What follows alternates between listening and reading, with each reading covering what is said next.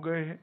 Administrator appoint होते ही ED, income tax, अलग अलग सरकारी संस्थाओं ने अपने अटैचमेंट कर दिए और ये सब कानूनी लड़ाई में कहीं न कहीं जो निवेशक है, जिसने अपनी गाड़ी पसीने की कमाई इसमें लगाई है, इसके प्रति किसी का ध्यान नहीं जाता था।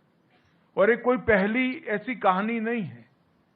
कहीं पर भी इस प्रकार के घोटाले का आरोप लगता है या घोटाले होते हैं तो तुरंत ही मल्टी एजेंसी सीजर हो जाता है।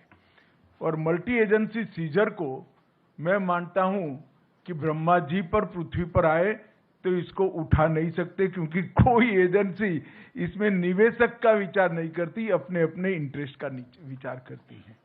और इसी के कारण एक बहुत बड़ी असुरक्षा की भावना और अविश्वास की भावना कोऑपरेटिव सोसाइटियों के प्रति बनी। जब मोदी जी ने एक निर्णय लिया कि इस देश में 70 करोड़ लोग ऐसे हैं जिनके पास पूंजी नहीं है, 70 करोड़ लोगों का ऐसा समूह जिनके पास पूंजी नहीं है, परंतु वो देश के विकास को कंट्रीब्यूट करना चाहता है, देश के विकास में अपना योगदान करना चाहता है, तो कैसे करे?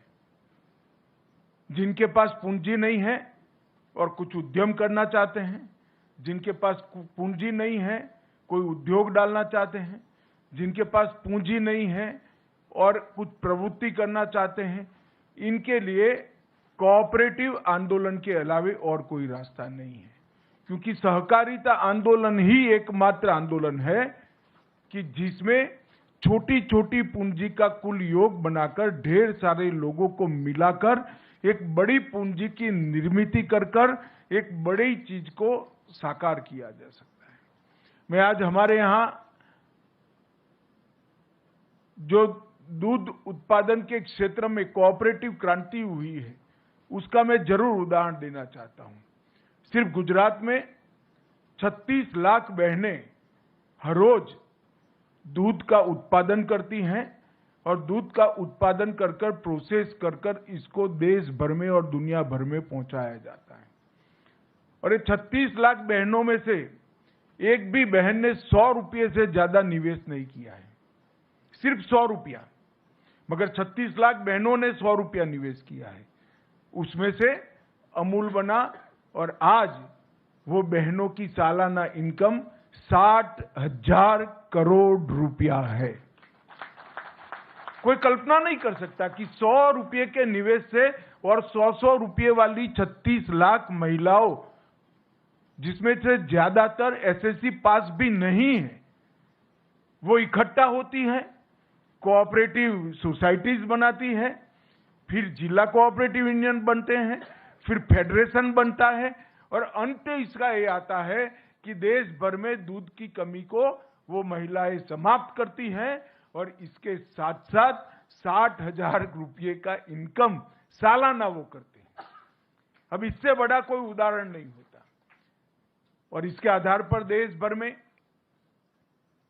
कई सारे कोऑपरेटिव डेयरी के मॉडल बने हैं। अलग अलग राज्यों में, कर्नाटक में बना, मध्य प्रदेश में बना, मुंबई, महाराष्ट्र में बना, पटना में बना, बिहार में बना और सफल मॉडल हुए। और इस सब का योग मिला लें तो 2.5 करोड़ बहनें आज पशुपालन कर देश की दूध की कमी को समाप्त भी कर रही हैं और जीडीपी में कंट्रीब्यूट भी कर रही हैं। ये तो उदाहरण हुआ एक सफल कोऑपरेटिव का, मगर कई बार घपले घोटाले के आरोप भी होते हैं और जो छोटे छोटे लोग इसमें निवेश करते हैं उनकी पूंजी जाया जाती है। सालों सालों तक, ये सहारा का ही उदाहरण ले दी, कितने सालों तक सुप्रीम कोर्ट में केस चला, सभी एजेंसियों ने इनकी प्रॉपर्टी सीज कर दी, अकाउंट सीज कर दे, एक सीजर हो तो उसका रास्ता निकाले, 7-8 एजेंसियों ने सीजर कर दिए। अब ऐसा जब होता है तो कोऑपरेटिव आंदोलन की विश्वसनीयता, क्रेडिट सोसाइटियों की विश्वसनीयता समाप्त होती है। इसलिए मोदी जी ने जो मंत्रालय बनाया, उसके बाद हमने इनिशिएटिव लिया, सभी स्टेक होल्डरों को बिठाया, इसमें आप लोगों को नहीं बिठाया था, क्योंकि आपका रिप्रेजेंटेटिव मैं हूं। जो निवेश करता है उनको नहीं बुलाया था। हमने सेबी वालों को भी बुलाया, ईडी वालों को भी बुलाया, इनकम टैक्स वालों को भी बुलाया, सीरियस फ्रॉड ऑर्गेनाइजेशन वालों को भी बुलाया, सीबीआई वालों को भी बुलाया और अधिवक्ताओं को भी बुलाया, लॉ ऑफिसर्स को भी बुलाया। सबके साथ मिलकर हमने कहा कि हम क्या एक ऐसी व्यवस्था कर सकते हैं जिससे सभी लोग अपने दावों के ऊपर उठकर जो छोटा निवेशक है इसकी चिंता कर सकते हैं। और मुझे आनंद है कि सभी एजेंसियों ने मिलकर एक सुप्रीम कोर्ट में याचिका दायर की और सुप्रीम कोर्ट ने भी एक ऐतिहासिक फैसला लिया कि सभी एजेंसियां जब सहमत है तो एक सुप्रीम कोर्ट के पूर्व न्यायाधीश जी की अध्यक्षता में एक कमेटी बनाई जाए और उनके निर्देशन से ये पारदर्शी भुगतान की शुरुआत की जाए। और ट्रायल बेस पर आज ये पारदर्शी भुगतान की शुरुआत 5,000 करोड़ रुपए से कर रहे हैं हम। ये 5,000 करोड़ रुपया निवेशकों को वापस लौटाने की शुरुआत होगी और ये 5,000 करोड़ रुपया जब पूरा वापस हो जाएगा, हम फिर से सुप्रीम कोर्ट के सामने जाएंगे और कहेंगे कि इतने निवेशक बचे हैं और बाकी का भुगतान भी। आज जो पोर्टल लॉन्च हुआ है, वो पोर्टल से लगभग 1 करोड़ निवेशकों को, क्योंकि हमने तय किया है कि पहले 10,000 रुपया तक की राशि को हम भुगतान करेंगे। जिनका 10,000 तक का निवेश है वो, और जितना भी निवेश हो उसमें से 10,000 रुपया। ये ट्रायल बेस है और ये पोर्टल के माध्यम से इसको ऑनलाइन सबको निमंत्रित करेंगे। पूरे डेटा को ऑनलाइन कर दिया गया है चारों सोसाइटियों के, और सीरीज ऑफ मीटिंग कोऑपरेटिव मंत्रालय के, सहकारिता मंत्रालय के अधिकारियों ने की है। हमारे जो स्टॉक होल्डिंग के साथी बैठे हैं उन्होंने भी बहुत बड़ा इनिशिएटिव दिया है। मैंने उनको चाय पर बुलाया था, मैंने बोला इसमें कमाई आपको चौनी भी नहीं होने वाली है, मगर ये सेवा का काम है, आप तत्परता से करिए। मैं स्टॉक होल्डिंग का भी धन्यवाद करना चाहूंगा कि इन्होंने बड़े मन से इसमें हमारा सहयोग किया है। और रेड्डी साहब ने भी 3 से 4 बार मीटिंग कर इसको गति दी है। मेरा मीटिंग करना तो स्वाभाविक है, मगर सुप्रीम कोर्ट के निवृत्त न्यायमूर्ति जब आपकी परेशानी को समझकर इसके लिए परिश्रम करे, वो हमारे लिए बहुत सकारात्मक संदेश है।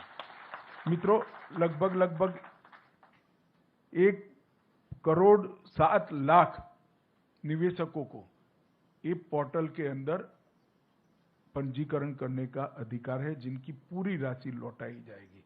और कुल मिलाकर 4 करोड़ निवेशक हैं जिनको 10,000 रुपये तक की राशि प्रथम दृष्टि से उनको वापस दी जाएगी। और ये मैंने कहा ये शुरुआत है। अगर ये सफलता से होता है, और सफलता से होगा उसका मुझे पूरा विश्वास है, क्योंकि पूरी प्रणाली को मैं समझा हूं, इसमें कहीं पर भी कोई गड़बड़ की गुंजाइश नहीं छोड़ गई है, और कहीं पर भी जो जेन्युइन इन्वेस्टर है इसको अन्याय होने की गुंजाइश भी नहीं छोड़ गई। जिन्होंने निवेश नहीं किया है इसको किसी भी तरह से यहां से रिफंड नहीं मिल सकता, और निवेश जिन्होंने किया है इसको कोई रोक नहीं सकता। मगर बहुत सारे निवेशक ऐसे होंगे जो ऑनलाइन पोर्टल पे शायद ना आ सके, मगर ये बहुत जरूरी है क्योंकि इतने सारे दावों का फिजिकली भुगतान संभव नहीं है। मैं आप सबसे निवेदन करना चाहूंगा कि सरकार ने सीएससी की व्यवस्था की है। सीएससी के माध्यम से आप ये आपका ऑनलाइन पंजीकरण करा सकते हैं, वो आपको पूर्णतया गाइड करेंगे।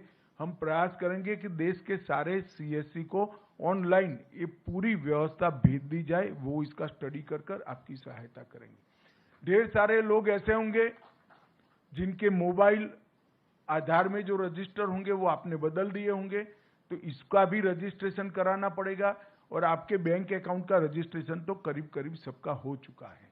इसमें 2 ही प्रमुख शर्तें हैं। एक, आधार का रजिस्ट्रेशन आपके मोबाइल के साथ होना, और आधार का रजिस्ट्रेशन आपके बैंक अकाउंट के साथ होना। ये 2 जुड़ाव है तो सिर्फ आपको रिसीट का वर्णन ऑनलाइन भेज देना है और एक फॉर्म डाउनलोड कर सिग्नेचर कर फिर से वापस ऑनलाइन भेज देना है। आपके पास, मैं आपको विश्वास दिलाता हूं कि 45 दिन के अंदर पैसा आपके बैंक अकाउंट में जमा हो जाएगा। इसमें आप जरा भी चिंता मत करें। मित्रों, एक बहुत बड़ी शुरुआत है। देश में ढेर सारी क्रेडिट सोसाइटियों में घपले घोटाले हुए। पहली बार मोदी जी के नेतृत्व में इतने बड़े घोटालों में पारदर्शिता के साथ आज निवेशकों को पैसा देना शुरू हो रहा है। ये बहुत बड़ी उपलब्धि है जिसका मुझे कम से कम बहुत संतोष है और आनंद है कि आज करोड़ों लोगों को अपनी गाढ़ी कमाई के पैसे, गाढ़े पसीने की कमाई के पैसे वापस मिलने की शुरुआत होगी। और मैं आशा करता हूं कि 10,000 से 15,000, 15,000 से 20,000 लगभग छोटे निवेशकों को गिन ले तो 30,000 तक के निवेशक ले लेते हैं हम, तो लगभग 2.5 करोड़ लोगों को अपना पैसा वापस मिलेगा। ये बहुत बड़ी उपलब्धि है। आज मैं फिर से एक बार न्यायमूर्ति सुभाष रेड्डी जी, स्टॉक होल्डिंग के सारे हमारे अधिकारी हैं जिसने इसमें बहुत मेहनत की है, ये सभी का सहकारिता मंत्रालय की ओर से और आप सभी की ओर से हृदय से धन्यवाद करता हूं। और सहारा ग्रुप कोऑपरेटिव सोसाइटी के करोड़ों निवेशकों को भी आज मैं बहुत बहुत बधाई देना चाहता हूं कि एक रास्ता प्रशस्त हो गया है जिससे आपका पैसा वापिस आएगा और आपके उपयोग में आएगा। आप सभी को बहुत बहुत बधाई और धन्यवाद।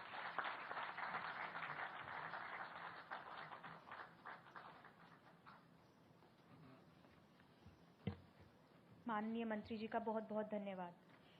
इस समारोह में उपस्थित सभी अतिथियों की ओर से